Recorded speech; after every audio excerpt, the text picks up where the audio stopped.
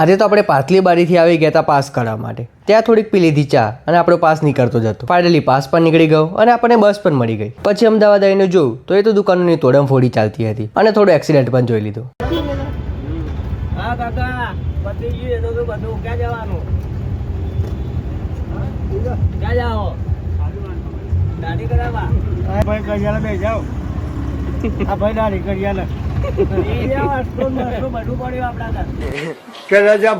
અને ઓફિસમાં તો BGMI ચાલતું હતું પણ આપણે થોડું કામ કરવાનું હતું એટલે બેસી ગયા લેપટોપ લઈને. પછી લાગી હતી જોરદાર ભૂખ તો જમી લીધું અને નીકળી ગયા ક્લાયન્ટ જોડે મીટિંગ કરવા માટે. અને આજે તો થોડી ગરમી વધારે હતી એટલે થમ્સઅપ પી લીધી. પછી આવી ગયા અમદાવાદના પોર્ચ એરિયામાં. જે અમદાવાદના હશે એ લોકોને તો ખબર જ હશે.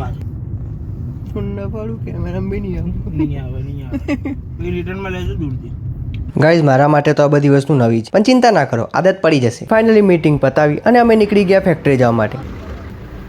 પણ પછી ખબર પડી કે લેટ બહુ થઈ ગયું છે એટલે નીકળી ગયા ઘરે જવા માટે. પછી આ અંતે એમ કરતા કરતા રાતે 10 વાગે બસ મળી. બહુ સ્ટ્રગલ છે ગાઈઝ. ચલો હવે મળીએ નેક્સ્ટ વ્લોગમાં. Bye bye, thanks for watching.